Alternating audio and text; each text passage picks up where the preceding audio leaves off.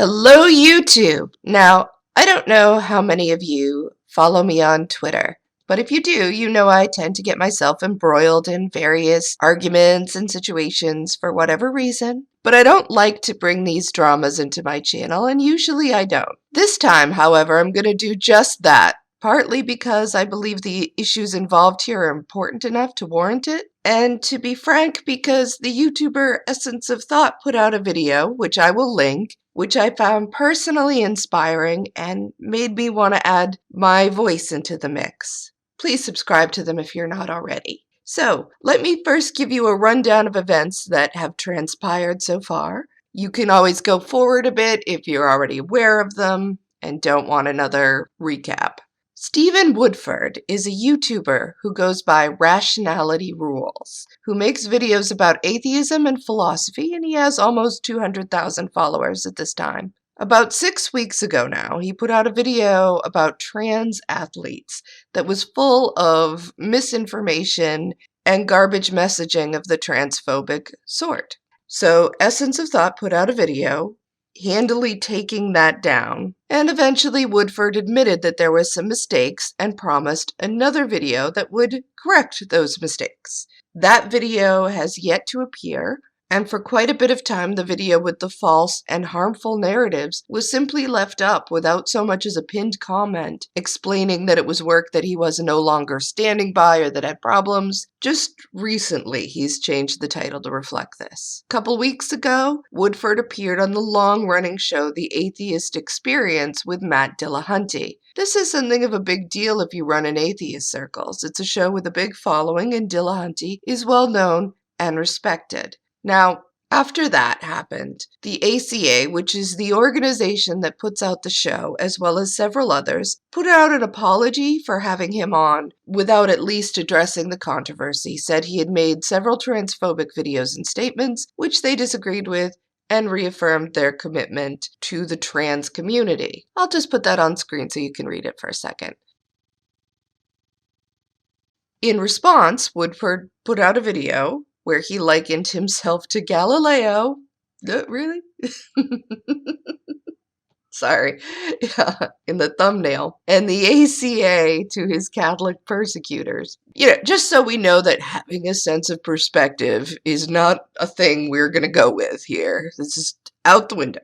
Fuck that, apparently. And he insisted he is not transphobic. He just made mistakes and he's going to fix them. He's always been an LGBTQIA+ ally, and the ACA were being dogmatists and throwing him under the bus. Dillahunty agreed with and retweeted his video. Put a pin in that. We'll be getting back to that. In addition, there have been a number of sub-dramas and grievances back and forth, which I'm not going to comment on. In my experience, this is typical of situations like this. Emotions get high, mistakes get made. I'm not saying anyone is wrong in their sense of grievance or that it isn't valid or that people in the community should not address them, but everything that has happened goes back to this basic series of events. So this is where my focus is going to be in this video.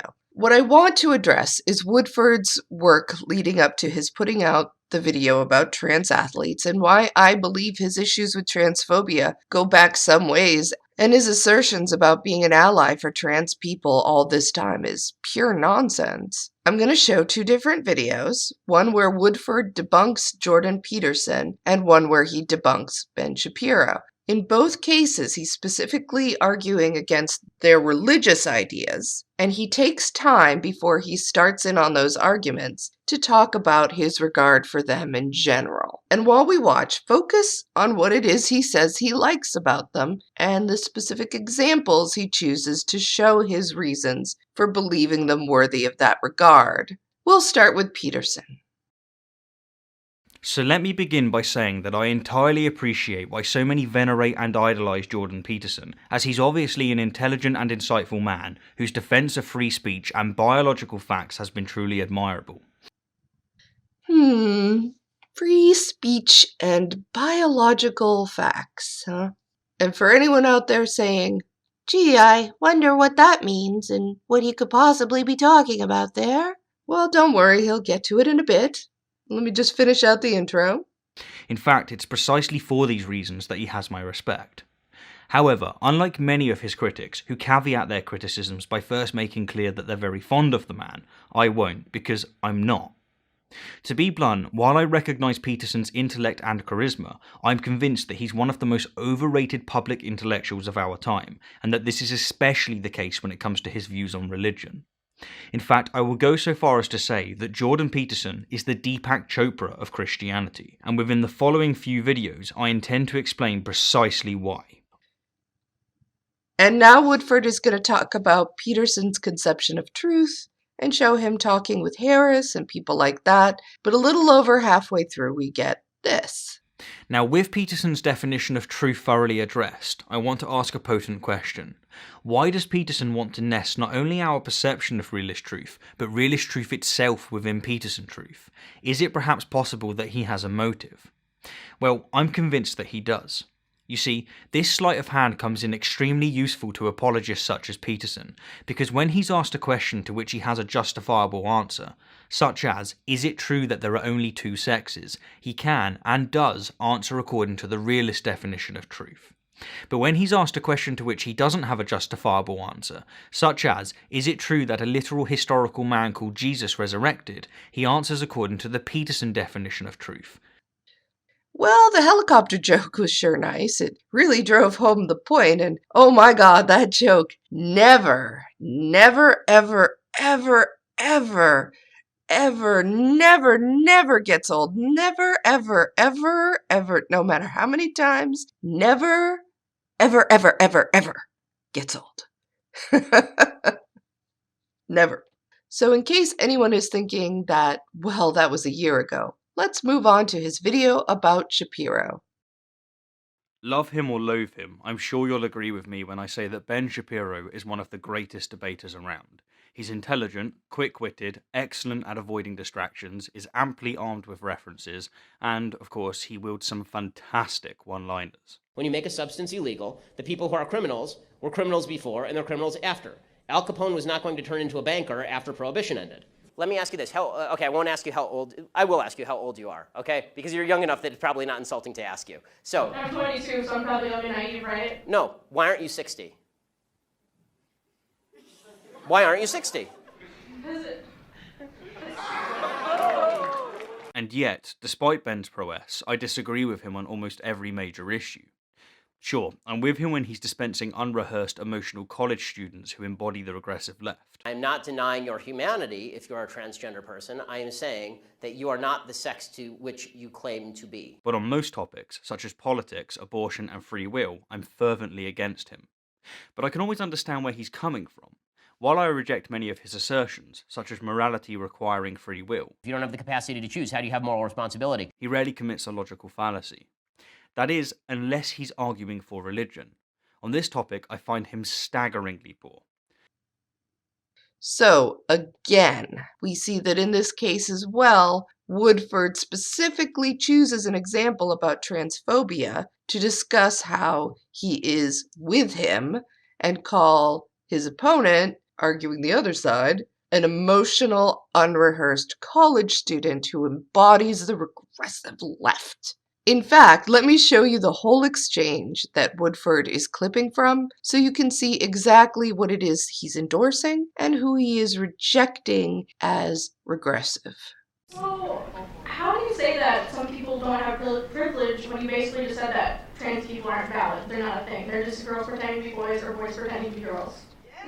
Okay. Like, okay. Oh, someone's excited. Okay. It's biological, but gender is a completely different thing. No, gender is not disconnected from sex. So. It's not completely disconnected, but it's still a cultural thing. It's still from society. It's Okay. No, it is not in the mind. Okay, you're not a man if you think you're a man. And I didn't say pretending, or if I did, I shouldn't have said pretending. Let me amend. said playing. Okay, I said a boy who thinks he's a girl. That's the usual phraseology I use. Not playing. I usually say a boy who thinks he's a girl or a girl who thinks he's a boy, which is technically what we're talking about here. As far as the actual psychological issues at play, it used to be called gender dysphoria or gender identity disorder. Now they call it gender dysphoria. The idea that sex or gender are malleable is not true. Okay, and I'm not denying your humanity if you're a transgender person. I am saying that you are not the sex to which you claim to be. You're still a human being, and you're a human being with an issue that I wish you Godspeed in dealing with in whatever way you see fit. But if you are going to dictate to me that I'm supposed to pretend that men are women and women are men, no. My answer is no. I'm not going to modify basic biology because it threatens your subjective sense of what you are. Okay, but you're still saying these kids should not be accepted because they don't really fit in either place? They can't just I'm saying that the Boy Scouts have a standard. You must be a biological boy to be a Boy Scout. You have to be a boy to be a Boy Scout. Where's that written, though? Okay. In the name Boy Scouts. Because this is a very because for all of human history, boy meant boy and girl meant girl. Boy did not mean girl. And if I call you a moose, are you suddenly a moose? Okay, if I redefine our terms. No, yes, that's right. Men and women are a completely different thing. This is true. Have you ever met a man or a woman? They're completely different. You can't say you're a cat. It's not a thing. It's genders. It's not saying you're. Okay, why is that? I don't understand. Why? Okay, let me ask you this. Okay, I won't ask you how old. I will ask you how old you are. Okay, because you're young enough that it's probably not insulting to ask you. So. I'm 22, so I'm probably young and naive, right? No. Why aren't you 60? Why aren't you 60? Because And why can't you identify as 60? What is the problem with you identifying as 60? it's not the same as gender. You can't just. You're right. Age is significantly less important than gender. Look, Woodford made these choices. He could have picked anything on any topic, but he went to two people well known for their stance against trans people, praised them, and specifically singled out arguments about sex and gender as exemplars of what is good about them. This, despite insisting, as he did in his video for the ACA, their board of directors released a public statement denouncing me as transphobic and heavily implied that I'm opposed to the LGBT plus community, which, as anyone who's watched a handful of my videos will tell you, is slanderous hogwash. I've defended the LGBT plus community countless times throughout my short career, and whenever a religion or anyone denigrates them, I point it out and I crush it where it stands. I mean, I even have a video in which I explain precisely why homosexuality is natural, and I frequently emphasise, while many won't, the fact that there's a significant amount of Muslims that harbour harmful anti-LGBT plus views that desperately need to be addressed. I gotta say, that's a special kind of shameless. To spend a year with these videos that have this nod and wink endorsement of the transphobic views of these conservative speakers as being two of the most popular videos on your site, and then when you eventually do get around to making a video of your own on trans issues, it's one as bad as the one he put out, and still say something like that. I mean, I appreciate a good, I'm not a transphobe, but as much as anyone. I have no issue whatsoever with transgender people, and I have and will continue to try and foster an environment that accepts them for who they are, and anyone who's paying attention knows this. However, I also believe that there are difficult issues that need to be discussed, and I firmly believe that those who are labelling anyone who recognise these issues as transphobic are being counterproductive. Come on. Come on, man. And you may wonder why I'm not patiently waiting for Woodford to come out with his anxiously awaited follow-up video to criticize him. Maybe he's going to turn this boat around, you don't know. Well, a couple of reasons, but the main one is to hopefully get people to understand that it's gonna have to be pretty damn good. His mouth has been writing checks on an account that was already overdrawn a long time ago here. I know a lot of people say, well, as long as he's moving in the right direction and listening, we should give him room to do that. Fine. I'm all for that. Great. I don't care. The problem here is that he doesn't want that, to just be moving in the right direction. He wants to be positively claimed as a person who is definitely not transphobic and is in fact an ally. And that's ridiculous in the current situation. A proclamation of allyship, there's a lot of problems with that whole concept. But putting that aside, if you call yourself an ally and wish to be counted as such, you're making a promise, a commitment. And here's the thing, which you may have noticed back when we were reviewing the videos. He seems to know his audience is, well, I mean, let's just say if I were going to make a video about Shapiro, I would never start out by saying, I'm sure we could all agree he's great at debating. Like, sorry. I mean, people would probably assume I was just being sarcastic if I did, but anyway, his audience, whom he does not call out for transphobia on YouTube or Twitter very often that I've seen. I've never seen him do it, actually. I assume he might have once or twice. Well, they would react. It's happened to every atheist channel that has done such a thing. They lose subs. They lose patrons. If you were to do a video that honestly and unequivocally supported the trans community, came fully clean as to what the issues were in his controversial video, and made it absolutely clear he was going to stand with trans atheists, come what may, you want to be transphobic? Well, don't bring it around here, because ain't nobody buying that shit. Right? If he were to do that, there would be a cost to him, a personal cost, a financial cost. That's what commitments come with. They have benefits, but also costs. And maybe he'll do it and pay the price. Other people have. He could. There's nothing stopping him. I doubt it, personally. I might as well come clean as to my own read of this guy based on what I've seen. I don't trust him as far as I could shot put him with my weak, girly, estrogen-filled arms. That's just the way I feel about it. Because he's not been an honest actor. He's not been upfront, not been willing to admit to the problems that he has. He talks a good game, but when it comes to put up, we get something between the bare minimum and plausible deniability. And here's the thing. I strongly suspect, again, based on the evidence before me, that whatever he may say to people, he's pretty transphobic. He's got something going on down there. Like there's a bee in his bonnet about this whole thing, and he's not ready to let go of that yet. He's not even really ready to admit to it yet, and if you can't admit to a problem, you ain't gonna fix it. It's just not gonna work. I mean, shit, he thought that why aren't you 60-bit was a good argument. Alright, I'm sorry. I can't let that go. Really quick.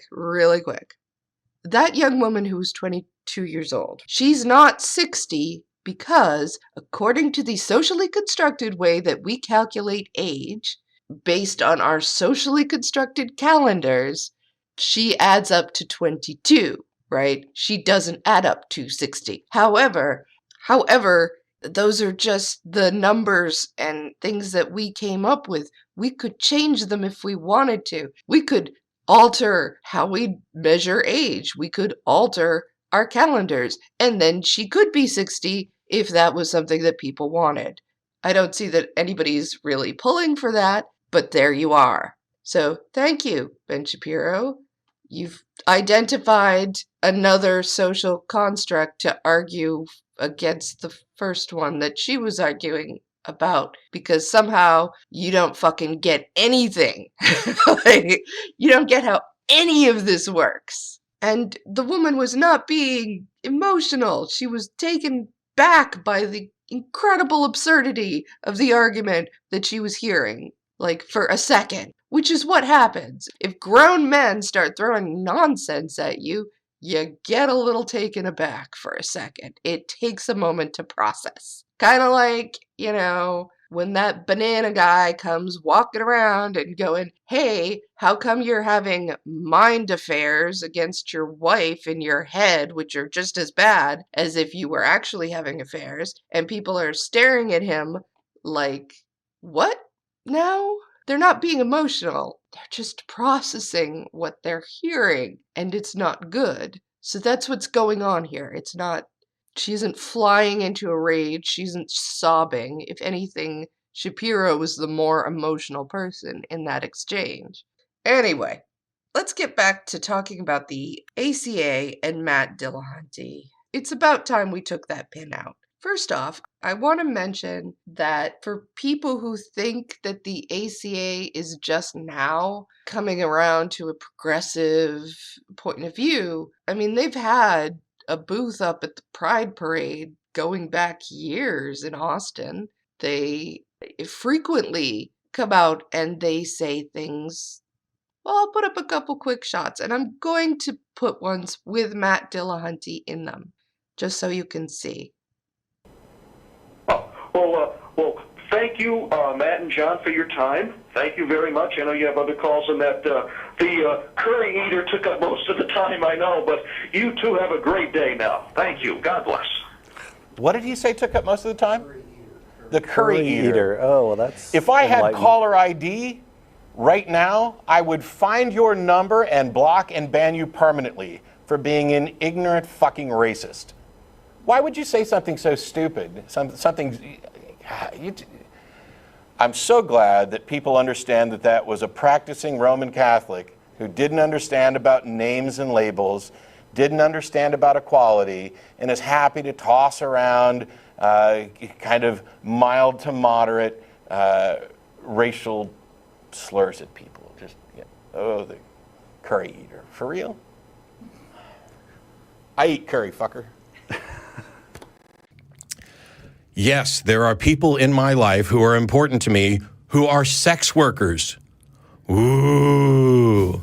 You know what else? There's probably people in your life who are important to you who are also sex workers, but you might not know it because you're a pretentious douche who likes to shame people for the jobs that they do.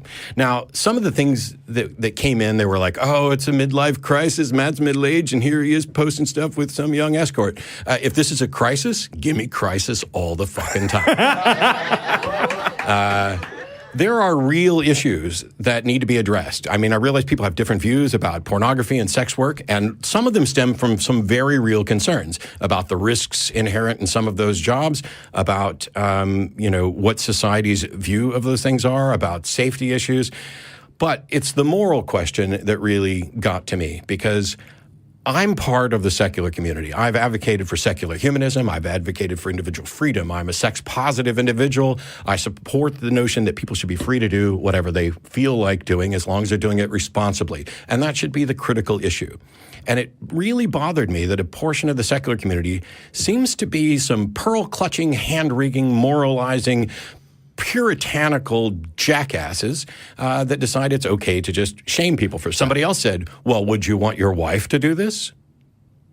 My wife did do this. Hello. I'm sure that's a surprise to a number of you. And yes, I talked to her beforehand and let her know I was going to say that. But that's the point. A lot of people don't talk about the fact that they've done things like this before or that they are doing them now because they are terrified of the response that they're going to get from people who care about them and people who they care about. This goes on. By the way, when you ask, hey, you wouldn't want your daughter to do this, why didn't you ask whether or not I would want my son to do it? Because sex work is not limited to women. This isn't a let's protect the women and children and run for the hills thing. Sex affects all of us. And I think that some of the objections that I've heard are like, well, it's not a great job. There's lots of problems with it. There's people doing it who don't like those jobs. Yes, there are. I've had friends and I've had intimate partners who were both sex workers or previous sex workers. I've known people who had no business working in that industry, seemed to be not necessarily forced into it, but out of a lack of options, they did that work and they hated it. And I have helped some of them actually get out of that work and get into other jobs that they like better. But that's true for people who join the military. There are people who join the military because they have no other options. There are people who join the military because in a little bit of legal trouble, and in the court proceeding, they reached a plea bargain where instead of going to jail, you would have to go in the military. There are a lot of shitty jobs out there. There are people who hate their jobs all over the planet. There are jobs that are risky. There are jobs that are dangerous. I think sex workers should be put up there on a pedestal in the same way that we do with military because they are performing an essential function. And as long as they're doing it as responsible human beings, where we are considering issues of consent, where we are setting appropriate boundaries, where we are exercising cautionary safe sex, and where we are keeping people from taking other actions that might be worse, that should be applauded. Now, somebody said they lost respect for me when I retweeted that. Fine. I'm thrilled. I asked them why. Why would you lose respect for me? They didn't answer, so already they showed that they really aren't thinking about this. But here's the thing. There are big problems in the world. I want the secular community to be better at dealing with those. And that means we need to get rid of some of the baggage. And there are people out there who are still hanging on to this baggage from puritanical, religious, moral systems that make it so that they cannot look at these issues fairly. And as long as that's going on, it inhibits our ability to have conversation. It inhibits our ability to affirm people's actions and choices and say, yes, if this is what you in fact want to do, I'm supportive of you. And if it's something you don't want to do, I'm supportive of that decision as well. But until we get past this, we can't really deal with the issues of how do we go about legalizing? How do we go about regulating? How do we go about making sure that there's not sex trafficking? We can't deal with those issues because there are a bunch of people who still have a big stick up their butt. And so I'm going to recommend that you pull the stick out of your butt, replace it with a baby Jesus butt plug. And get over yourself a little bit and realize that other people's choices aren't necessarily yours. When we shame people for what they do, especially if it's people who are doing it responsibly, who are wanting to do this, we do a disservice to the entire community. And so, for those people who are, Matt knows sex workers? Yeah, I know lots of them. Many of them are great people. Some of them don't want to be in that job, but a good chunk of them do. And I'm not going to slut shame anybody, just like I'm not going to fat shame anybody, just like I'm not going to age shame anybody, because I'm not a jackass. And I would hope, I am on occasion. Well, I'm likely to be a jackass here a little bit. But I would hope that we can all do better and realize that just because you don't like something doesn't mean you're right and doesn't mean you should be imposing that on other people. So yes, I sent out the tweet. Yes, I'm dating someone who's an escort. Yes, I've had intimate relations with other people who are sex workers. You can clutch your pearls and go post your videos about how awful I am, and I will continue to enjoy my life with other responsible people. Amen, sir. Well, and the other thing, too, is I think a lot of secular people fail to recognize that even once they leave religion, or even if they've never been in religion, that religious attitudes about sex still infect our culture, Yep. whether or not whether or not you are religious. You're still affected by the way that people act about it, and we've just got to be better than that. We have to go back to first principles and ask, okay, if this is immoral, why? Yeah. Give me a good argument. Yes. I'm waiting to hear it. Me too. And also, by the way, if you're offended by nipples... Okay, so after the ACA put out the statement that they did, which they have since retracted under a lot of pressure, the sort of pressure that if it was the other way around, we would never stop hearing about how horrible us SJWs are, forcing people to take back their own moral principles and ideas. It's terrible with our call-out culture and such, but it's okay when they do it. Let's just be honest. It makes sense. Anyway, when they put out their statement, Matt, as I said, retweeted without really going into things, just that he agrees with the Galileo video about the ACA being dogmatists, and then he put out just some vague things about, well, there are things that we don't know about the sequence of events, and the ACA was not being perfect, and I'm sure that they weren't, and we should all shut up because we can't know about the things that he's not telling us about, so we can't really judge. And no. My stance on this, as people know, has been very consistent, which is that LGBTQIA people are the people most harmed by fundamentalist religious upbringings because they've been taught all their lives basically that they're just this side of demons, that they're evil, that there's something terribly wrong with them, that God hates what they are and what they cannot help but being, and they've been taught that by their own families and the people that they trust. So, as a humanist, I want trans people who come out of these things, I want people who've been harmed in this way to have a place within the secular community where they can feel somewhat safe and respected, and like we're gonna kind of have their back a little bit and not treat them the way the people that they just left treated them. At least that much I think that we can offer, just a little concern for their well-being in the context of rising hate crimes and attacks on their rights, on their dignity. It really seems like the very least that we can do is not what we're doing. And I don't know how to reconcile the Matt Dillahunty from those clips that I showed you with the person who so far has done nothing to affirm that he cares about the safety and well-being of trans people in this community here. Throughout this whole event, he just agrees with Woodford, and then that's it. If I were a trans person and I went on his Facebook to see the post of him and Woodford standing there and smiling together, and to see him agreeing with that ACA video, and there's all this junk in his feed about trans issues from transphobes coming, well, I don't see that there's any problem with what Woodford had to say. We all know there's only two sexes and there's only two genders, and that is science, and we need to know, you know, and fuck anybody who wants to make us respect pronouns. Fuck those people. Yeah, like, he isn't arguing with them. He's not taking them down. He's not giving them any shit. He's not saying anything positive to the trans community. He's not saying, look, there's things that you don't understand here, and I'm sorry that I can't share them with you, but I want to say that Woodford's video definitely sucked and was transphobic, and I stand with you, and I'm against the things that he's put out there, and that's it. Like, there's been nothing from him, and all I can say is that it's really fucking insufficient, at least that I have seen. So, I don't know. It is some weak sauce that we are being asked to consume. I ain't having any of it. So, anybody else can do whatever they want. I don't care.